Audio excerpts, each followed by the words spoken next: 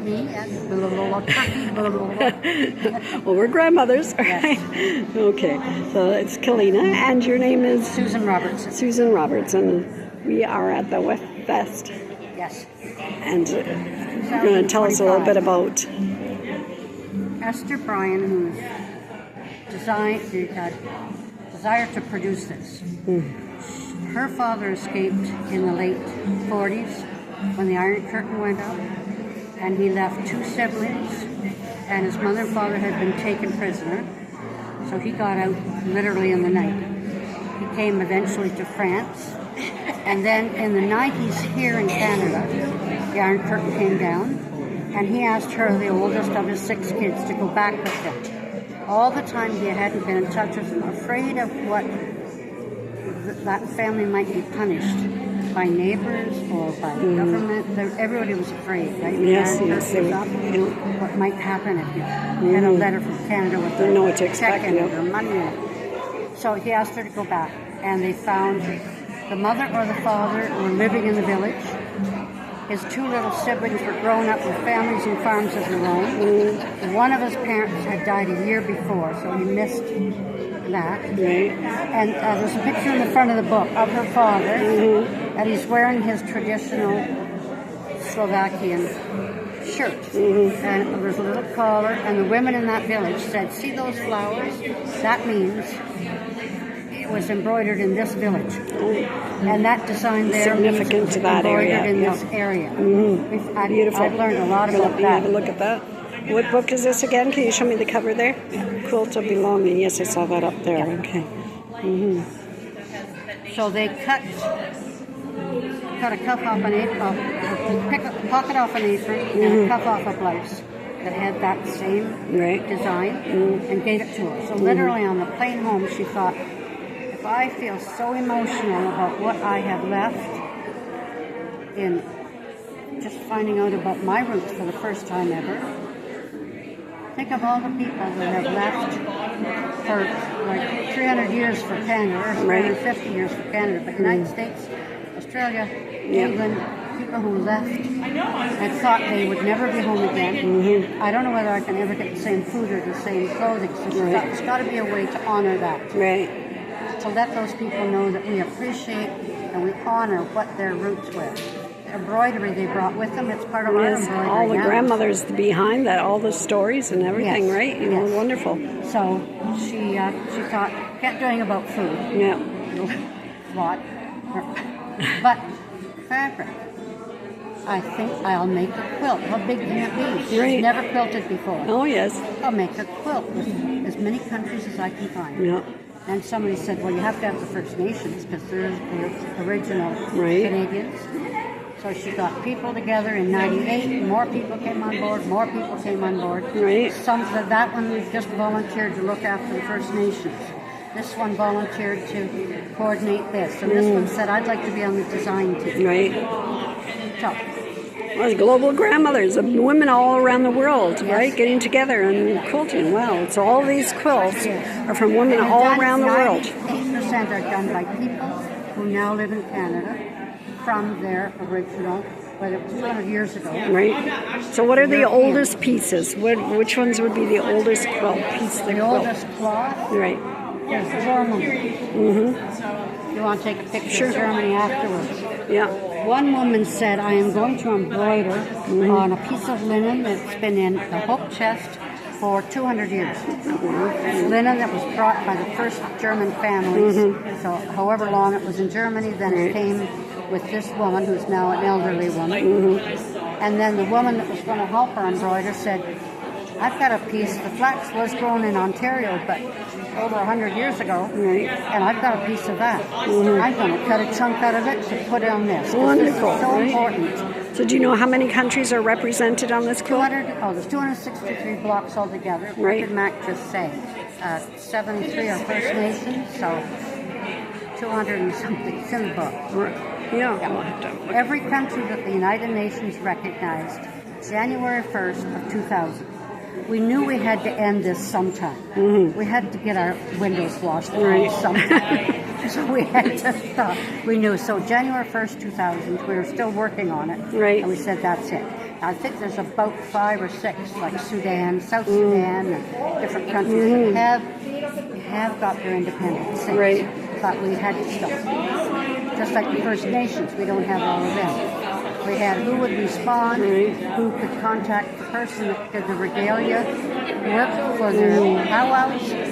Very proud. So was there criteria for the women that were doing this? Was there something that they had to no produce? flags, no politics, no map.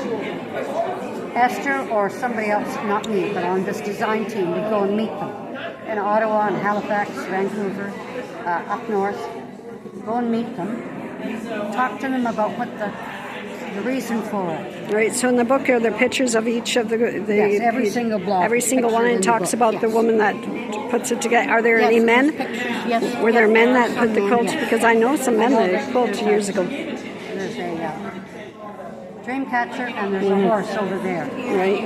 In 2 different blocks. It came from south of Calgary. Can't think of the town. Right. But he has an art gallery. His mother was from one of them and his father from another. And he said, I can get you those the 2 last ones we were trying to get. Right. And you were saying there are a lot of it, like indigenous and different ones too from different cultures, right, here? You mean for the First Nations? Right, yes, First they're Nations. done 100% by them.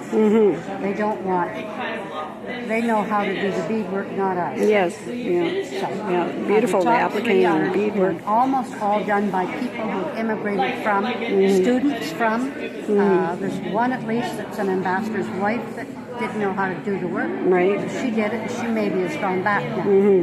So every one is different. So how long, when did this start and when did it finish? 98? 98. And it finished? And then it finished in January of 2005. It went to the Museum of Civilization then, now the Museum of History, out in Gatineau. And it had to be quarantined for 3 months, so it had no... over COVID and everything? No, not COVID, but insects. Yes. This is bark cloth. Well, you have to be really careful that it doesn't get damaged or damp, right? Their museum, and bugs come out of the woodwork. Oh, yes, yeah. So it was in quarantine for 3 months in 2005. It was on show for a month at that museum. So where does it stay most of the time? In those big boxes underneath there. There's 5 boxes under there. Oh, yes. Yeah. And we have had it in Eastern Ontario and Cornwall for about 20 years. Well, even, 20 years.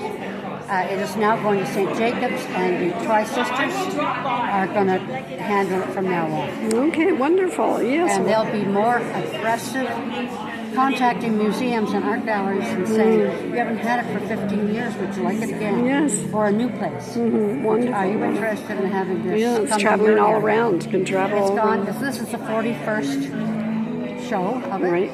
As in a finished state.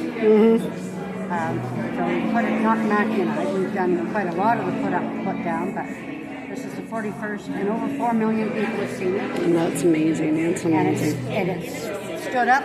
Consultex, which is a fabric making company, they recommended the front black cloth.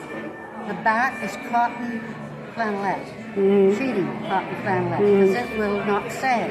If you had cotton or polyester as your back, it would then and to clean it, right? It has to be cleaned or aired or something. We put it, we've down in East Ontario, we've had a church that allowed us to put it up in their hall over a whole lot of tables, and then it's all cleaned with a lint brush. This is tightened up, or that's checked, that sort of thing.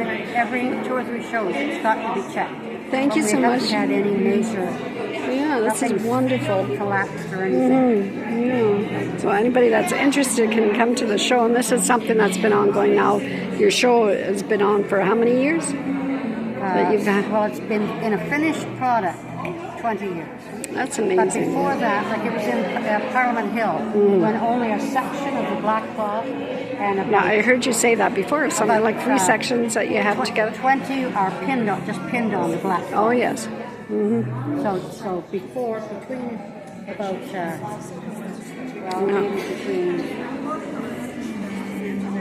2000, for 3 years maybe it went in parts to places. Oh, that's amazing. That's it? Yeah, so Thank you very much for sharing. I'm going to share with my Global Grandmothers Council Network. There's 55,000 grandmothers in 50 countries, so they would really resonate and relate to a lot of this, and I'm sure a lot of them will be interested in following up, and I'll put some links on the book. If you get a bookmark or anything, there's web page. I don't think the web page is in here. Okay, I'll share that. I don't know how many printings we've had now. Right. But 5 or 6 printings, something like that. Well, I'll share this with my Global Grandmas. Thank you so much. You have a wonderful day. Enjoy the rest of your day. Take care of you. So everybody, this is Kalina, the Global Grandmothers Council Network and Sikhi Women. And yes, I just wanted to share this wonderful, wonderful event. And with all the grandmothers, if you've got a grandmother like mine, they did the quilts, and we've just got... This is an amazing story, right, of all the different women that I've put together this quilt over the years. So this is in Waterloo, right now where I am. And they've got all these vendors, and they've got a quilt of belonging.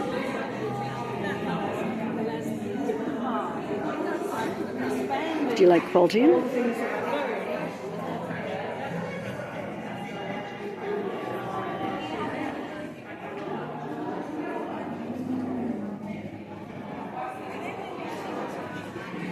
So this is the last day of the event, but there's vendors here, and they're voting on the quilts. We've got jackets made that are quilted. All kinds of vendors.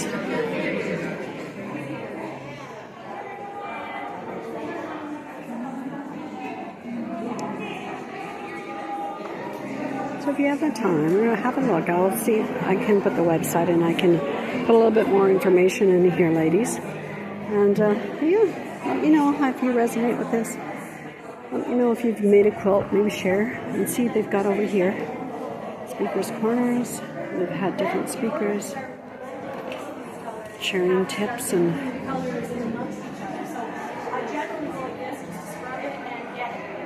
look at that. And how beautiful the rainbow colors. Beautiful, beautiful. I know you see different ones if you've been in St. Jacobs, if you've been to Mannheim, if you've been to different quilt shows around here. A lot of them Mennonite quilts, and that's felt. Heartfelt by Pat. Oh, beautiful. Oh, I hope you enjoy this. Have a wonderful day, grandmothers. Take care, you love and trust. Everything is going well. Once again, it's Kalina Kansuki Woman, Global Grandmothers Council Network. And enjoy. Enjoy your day. Take care of you. Okay?